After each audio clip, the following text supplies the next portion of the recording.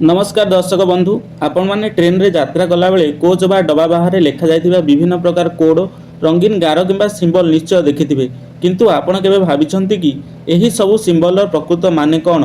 यह कौनसी साधारण डिजाइन नुहे बरम यह पछरे लुचि रही भारतीय रेलवाईर अनेक बड़ रहस्य एवं गुरुत्वपूर्ण सूचना जहाँ आपणक जीवन बंचाइबारे मध्य साहाय्य करिथाय।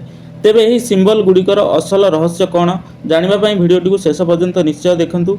चलंतु आरंभ करबा आज रही इंटरेस्टिंग वीडियो।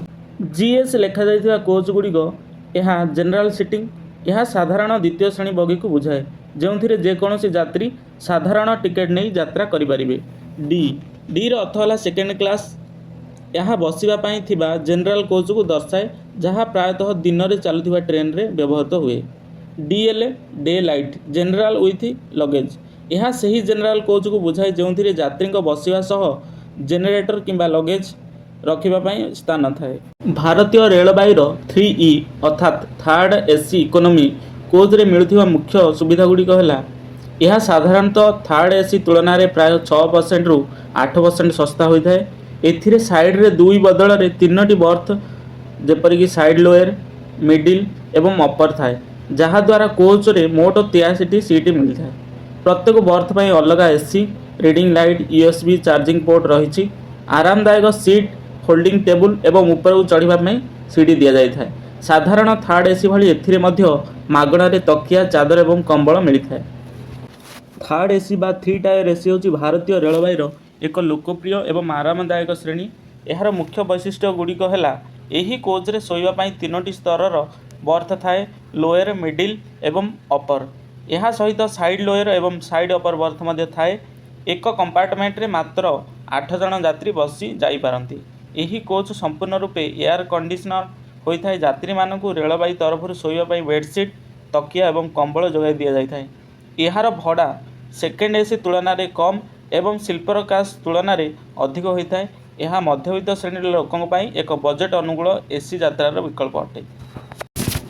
भारतीय रेलवाई रे सेकेंड एसी बा द्वितीय श्रेणी शीतताप नियंत्रित कोच एक प्रीमियम एवं आरामदायक यात्रा विकल्प अटे। यार मुख्य वैशिष्ट्य है एथिरे गोटे केबिन 4टी बर्थ 2टी तल एवं 2टी ऊपर एवं साइड रे 2टी बर्थ थाए जहाँकि थर्ड एसी भली एथिरे मझी बर्थ न थाए जहाँ द्वारा अधिक जगह मिलता है। यात्री मानक प्राइवेसी प्रत्येक केबिन एवं साइड बर्थर परदा लगी थाए। टिकेट मूल्य ही सफा चादर तकिया एवं कंबल मिलता है। प्रत्येक बर्थ पाखरे मोबाइल चार्जिंग पॉइंट एवं पढ़ापी लाइट थाए। थर्ड एसी तुलन में एथिरे कम सीट थिबारु एही कोच बहुत शांति एवं सफा सुतरा रही था। फास्ट एसी कोच होची भारतीय रेलवाईर सबुठारु प्रीमियम एवं महंगा श्रेणी। यार मुख्य वैशिष्ट्य है एथिरे 4टी बर्थ विशिष्ट केबिन एवं 2टी बर्थ विशिष्ट कूप थाए जहाँ को भितरु लॉक करा जाई पारिबो। एथिरे कौनसी साइड बर्थ न थाए जहाँ द्वारा यात्री मानक सर्वाधिक प्राइवेसी एवं शांति मिलता है। यही कोच रे स्वतंत्र अटेंडेंट शावर सहित स्वच्छ शौचालय एवं प्रीमियम खाद्यर सुविधा थाए।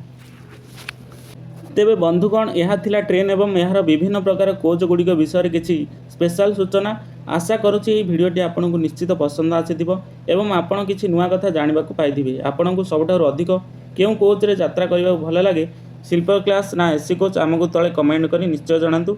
जदि भिडियोटी भल लागि थाए तेबे याहाकु गोटे लाइक करंतु एवं निज सांग मानक सह शेयर करंतु।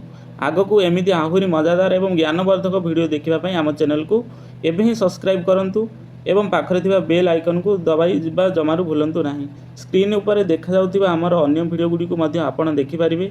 आज पई एतिकी पुणी देखाबो आ एक नुआ इंटरेस्टिंग वीडियो रे। से पर्यंत विदाय दियंतु। धन्यवाद। जय जगन्नाथ।